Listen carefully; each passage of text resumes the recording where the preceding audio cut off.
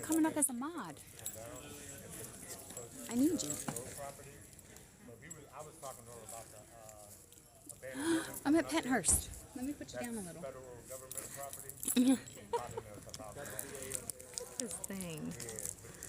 There we go. Perfect. Yeah, I was about to say, I got some money, but I'm doing good. How are you? I'm at Pennhurst right now. I keep putting a T in there. My sub ran out. No, but I had you as a mod, Chiquita, didn't I? You were a mod. Jeannie, hey, honey. I am. I'm at Pennhurst. They're going to start shortly. I will take y'all for as long as I can. As long as I can, y'all can do it with me. And I got other battery packs and I got this one, baby. Nice. I think they're starting maybe. They're gonna take us on a tour. Hold on, guys.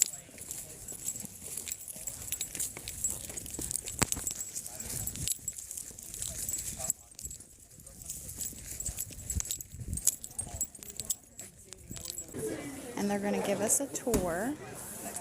And then we go on our own. So stay tuned.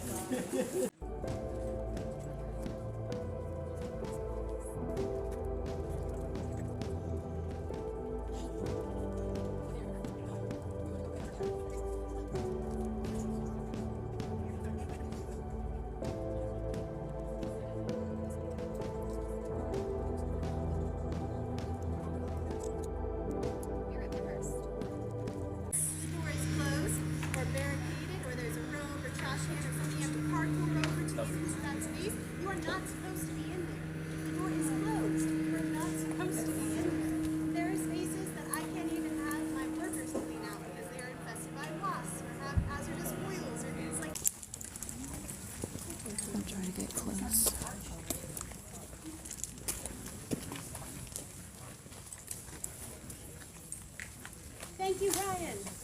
Applause for Ryan. Thank you, Ryan. Woo. Thank you for the one singular clap. Thank you so much.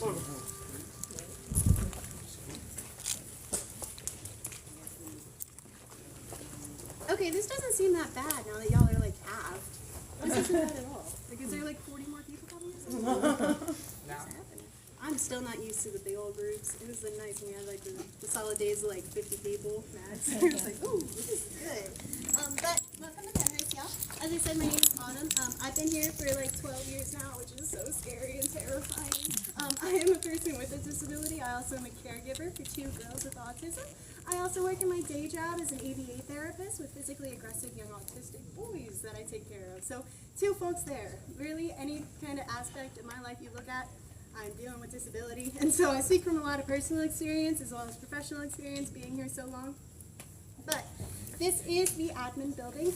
This kind of starts our little journey throughout our property. This is a weird and terrible story. I do apologize. I usually make people feel bad by the end of my tour just because I do tell it as it is, unfortunately, and there was a lot of really horrific things that happened here. There. Now this building is actually quite a little interesting one. It really kind of capitalizes on the fact that we were a fully self-sustaining institution. Y'all probably noticed on the way out here, we're in the middle of nowhere. It is so hard to find this place. It's literally a nightmare. It's scary, terrible, and they did that purposefully. We're actually on like, what do you call it when there's like you're surrounded by a river? Peninsula? Peninsula, yes! That's always what I love saying that word too, so I can't believe I forgot it. But we're on like a whole peninsula. There's the Schuylkill River that essentially surrounds us on 3 sides. And that was, again, purposeful. We wanted to encapsulate this population, we wanted to isolate them, and we didn't want to have to see them again.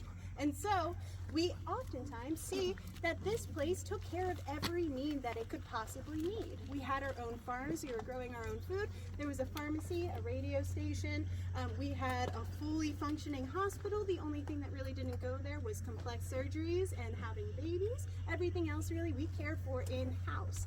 And so we'll see that whole lifetimes happened here, and we even did things like industry and workshops and peonage a lot of the time, which we'll get into later.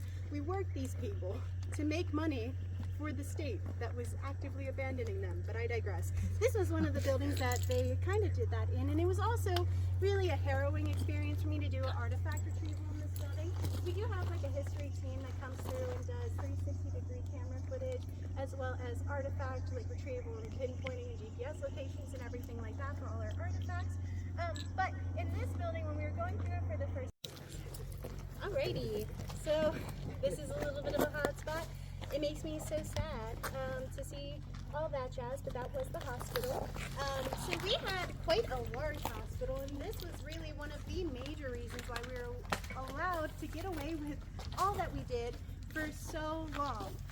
Now, the hospital was its own fully functioning tiny unit, and so when we got sick or injured here, we came to... the death talk is usually pretty difficult for me, especially as like a historian. Now, we have an estimate of approximately 10,500 people that filed through here while we were open. Now, that isn't like a dead set number, unfortunately, because like I said, the records were sometimes not taken, sometimes destroyed, sometimes were left here and then destroyed, or sometimes were sent to a center that I haven't been to yet. I've been to most of them. But our information is kind of everywhere.